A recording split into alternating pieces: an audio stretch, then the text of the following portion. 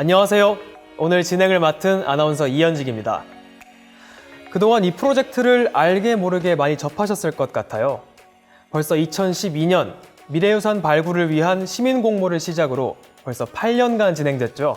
서울에 숨어있는 미래문화유산을 보전, 유지하는 서울시 미래유산 민간단체 공모사업.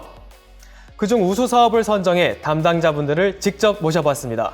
그 전에 서울시 미래유산 민간단체 공모사업이 정확히 어떤 프로젝트인지 궁금해하시는 분들이 많을 것 같습니다. 서울시는 그동안 서울의 오래된 문화유산을 서울 시민에게 알리고 보존하고 즐기기 위해 미래유산을 선정하고 지원해왔습니다. 서울 사투리, 서울광장, 소설 운수 좋은 날 등 서울 시민의 일상과 문화를 보여주는 여러 문화유산들이 있는데요. 서울시 미래유산에 대해 서울연구원 민현석 연구위원님의 간략한 설명 들어보겠습니다. 서울시는 문화재로 지정되지는 않았지만 근현대 서울 사람의 삶의 모습이 담겨있는 문화유산을 서울 미래유산으로 선정하고 이를 미래 세대와 공유하기 위하여 2012년부터 서울연구원과 함께 서울 미래유산을 추진해오고 있습니다. 서울 미래유산을 통하여 서울 시민에게 문화유산이 가지고 있는 고유 가치를 알려주고 스스로 지키고 가꾸어 나간 일에 긍지를 가지시도록 지원해오고 있습니다. 서울 미래유산 민간단체 공모사업은 민간단체가 가지고 있는 창의력과 네트워크를 활용하여 미래유산 보존에 대한 시민 공감대를 형성하는 것에 목적이 있습니다. 민간단체 공모사업이 처음으로 시작되었던 2013년부터 지난 2019년까지 총 44건의 민간단체 공모사업이 진행되었으며 사업 내용에 따라 미래유산 기록화 사업, 시민교육 체험 프로그램 운영 사업, 시민 참여형 문화 콘텐츠 개발 사업으로 구분할 수 있겠습니다. 서울의 미래유산에 대해 정말 많은 준비와 고민이 있었던 것 같습니다. 오늘 이 자리에는 2017년부터 2019년까지 3년간 봉제양명, 봉제를 알리다라는 이름으로 서울 미래유산 민간단체 공모사업을 현장에서 직접 진행했던 사회의 고립된 환경에 다리를 놓는 사회복지활동가 신은경 선생님 모셨습니다. 안녕하세요. 안녕하세요. 네, 2017년 처음 미래유산 민간단체 공모사업 지원하셨을 때 당시 동덕여대 학생이라고 들었습니다. 당시 미래유산 공모사업 지원하게 된 계기가 무엇이었고 사업 대상 지역으로 장위동 봉제마을을 선택하셨던 이유는 무엇이었나요? 제가 학생이었을 때 공공문화예술연계전공이라는 전공이 생겼어요. 근데 그 전공이 이제 그 대학교 학생들이 그 대학의 문턱을 넘어서 본인들이 하고 있는 거를 이제 지역에 환원하는 그런 전공이었는데요.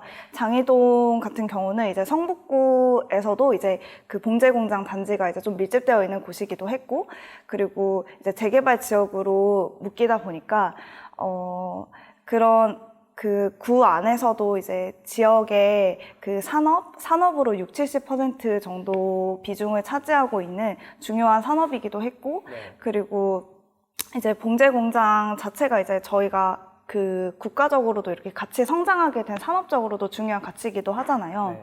그래서 저희가 미래유산이 이제 그 미래 후손들에게 남기는 그런 사업 취지이기도 했고, 그 성북구 지역적으로나 혹은 뭐 그 국가적으로나 이런 것들이 잘 맞아서 좀 지정이 되었던 것 같아요. 그렇다면 2017년부터 2019년까지 3년간 미래유산 네. 공모사업을 네. 진행하셨잖아요. 네. 지난 3년간 진행하셨던 사업의 내용을 좀 더 구체적으로 말씀해 주실 수 있으실까요? 2017년도에는 저도 학생이다 보니까 봉제에 대해서 너무 모르겠는 거예요. 그래가지고 진짜 그 같이 하던 친구가 6명이 있었는데 6명이 이제 장이동을 좀 진짜 발바닥에 땀나도록 이제 막 돌아다녔어요. 그래서 이제 저희가 좀 그 데이터들을 좀 구축을 하는 그런 성과를 냈는데 그게 이제 지금도 되게 중요한 자료로서 남아 있거든요. 왜냐하면 저희가 2017년도 때 이제 363곳의 그런 장이동 봉제공장 데이터를 남겼고, 뭐 그걸 통해서 지도도 만들고, 뭐 그 안에 뭐 종사자 수, 뭐 주 업종, 뭐 그다음에 위치, 전화번호 이런 것들을 좀 남겼었는데 이번 그 2017년도 때 그렇게 저희가 그 연구한 자료가 이제 2018년도에는 재개발 지역이 장이 3동은 부분적으로 들어가면서 그게 이제 정말 지역적인 자료로 남게 된 거예요. 자료로만 남게 된 거죠. 그래서 조금 2017년도 때는 그런 좀 기반 작업을 했었고 2018년도에는 이제 좀 봉제랑 패션이랑 또 빼놓을 수 없을 것 같아서 그 패션이랑 봉제랑 좀 엮어가지고 한번 실험을 해보는 해였는데 하면서도 그 고민이 많이 들었던 것 같아요. 지역과 정말 봉제와 산업과 뭐 패션이 같이 상생할 수 있지 않을까?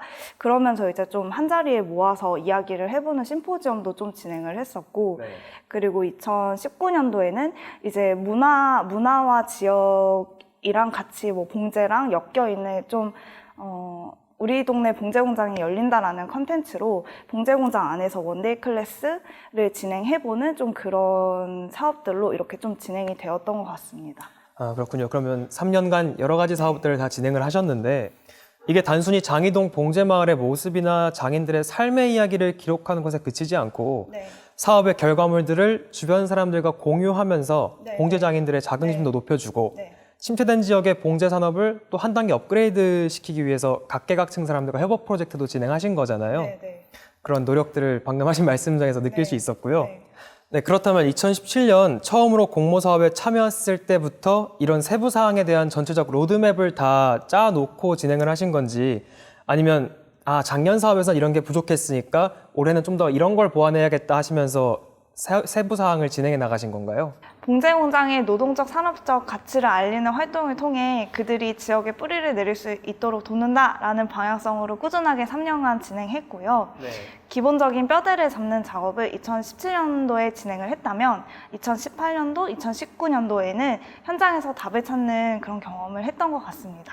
뭔가 처음에 로드맵을 그렸을 때는 그 패션과 봉제를 결합한 이거를 좀 기대를 했었어요. 그랬는데 좀 기획진의 패션의 그 전문성 뭐 부재도 있었을 것 같고 그리고 뭔가 패션과 봉제로 하기에는 이 미래유산 사업의 그런 예산안의 한계도 있고 분명히 저희가 할 수 있는 거는 좀 아니다라는 생각이 들어서 좀 그때에 맞는 출구를 좀 찾았던 것 같아요. 아, 그렇군요. 그럼 조금씩 점진적으로 발전해 나갔다라는 말이 더 어울릴 수도 있겠네요. 저는 개인적으로 동덕여대 학생분들께서 공공문화예술 전공 살려서 장위동 사람 이야기라는 이름의 영상이랑 웹툰 그리고 동화책까지 만들었던 일 이런 게 기억에 많이 남습니다. 그리고 침체된 장위동 봉제 산업을 새롭게 부흥시키기 위해서 봉제 장인은 물론 서울 패션 섬유 봉제협회 그리고 패션 디자이너 분들도 모시고서 심포지엄을 개최했던 일도 기억에 남는데요. 이런 멋진 사업 기획 같은 거는 누가 주도적으로 하셨는지 알 수 있을까요? 혹시 뭐 교수님께서 주도적으로 하신 건지 아니면 참여했던 학생들이 함께 의견을 모았다거나 뭐 이런 걸 구체적으로 말씀해 주시겠어요?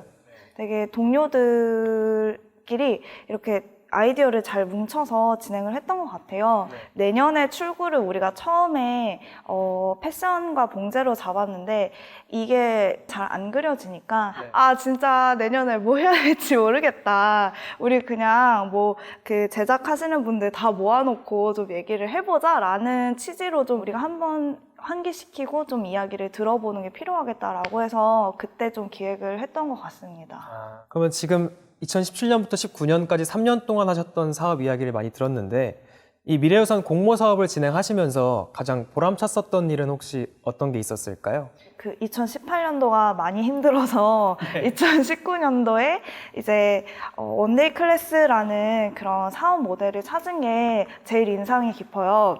그 봉제 장인분들은 이제 경제적인 어려움들을 호소하는데 저희가 가지고 있는 그런 자원들은 문화적 뭐 혹은 기획 이런 것들인데 그분들이랑 직접적으로 연관이 되는 거는 많이 없는 거예요. 그 이런 어려움들을 이제 지역의 선배들이나 뭐 후배들이나 동료들에게 막 나누다 보니까 이제 그 서문문화재단의 이제 콜라라는 분이 그거에 대한 새로운 비즈니스 모델로 원데이 클래스는 어떠냐라고 이제 아이디어를 주셔서 저희가 그거를 봉제 공장이 우리 동네 봉제 공장이 열린다라는 개념으로 그 사람들이 직접 봉제 공장에 와서 직접 만들어 보고 직접 그 현장으로 들어가서 체험을 해보면 이분들의 인식도 변하겠다라는 생각이 들어서 효자예요, 효자.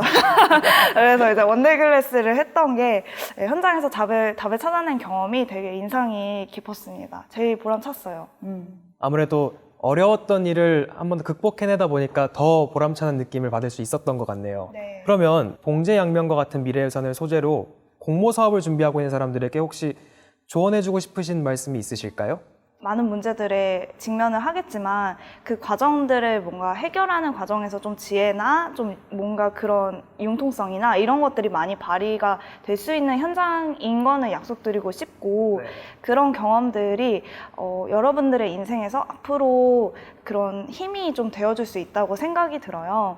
쉽지 않은 길을 가시지만 그 가는 길목에 뭔가 성공하고 뭐 실패하고 이런 것들을 떠나서 여러분들이 만들어내는 그런 역사들이 되게 의미 있을 거라는 생각이 듭니다. 그래서 응원하고 격려하고 싶습니다.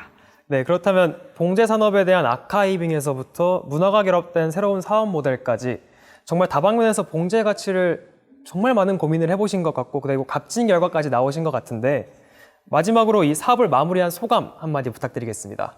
봉제혁명을 하면서 되게 많이 성장한 게 있어요. 그래가지고 한편으론 저한테도 되게 20대 때 빼놓을 수 없는 사업이고 되게 뭔가 내가 생각하는 게 이 지역에 필요하고 이 내가 하는 활동이 의미가 있구나라는 거를 좀 많이 느낄 수 있어서 되게 좋았던 것 같아요. 그래서 절대 혼자였다면 3년간 하지 못했을 거라고 생각이 들고 함께 해주신 많은 분들께 진심으로 감사를 표하고 싶습니다. 네, 감사합니다. 이번 미래유산 민간단체 공모사업 결과를 통해서 앞으로 많은 분들이 우리의 미래유산에 조금 더 꾸준하고 깊은 관심을 갖는 계기가 됐으면 좋겠습니다. 고맙습니다. 네, 고생하셨습니다. 네.